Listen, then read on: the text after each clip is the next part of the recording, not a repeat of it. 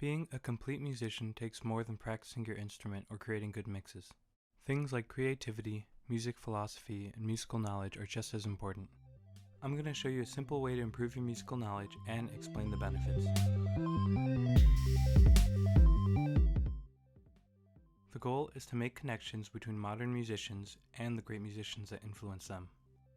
You want to create an imaginary timeline in your head that makes sense to you, something that you can add on to and reference. The first step is to take your favorite song or album and do a Wikipedia search about it.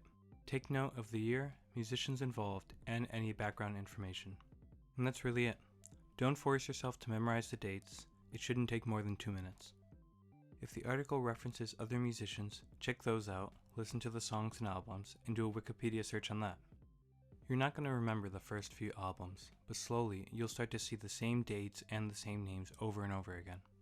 The Shape of Jazz to Come by Ornette Coleman, Kind of Blue by Miles Davis, Giant Steps by John Coltrane, and Time Out by Dave Brubeck were all recorded in 1959.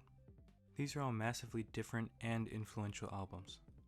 This shows the breakaway from bebop and the start of the music that dominated the 1960s. Here's a more modern example. From 2015 to 2017, Sophie, KKB, Grimes, A.G. Cook, and Charli XCX all released albums. All of these albums have sounds that you would associate with hyperpop, yet they were made before the word even existed. This would suggest that they were large influences on the genre. Noticing these trends, it's no surprise to see A.G. Cook and Charli XCX make two great albums together. The more you listen and read, the more things get added to this internal timeline. You start to notice similarities in different time periods, the progression of music, and the influences in modern music. If you're looking for things to practice, follow your timeline.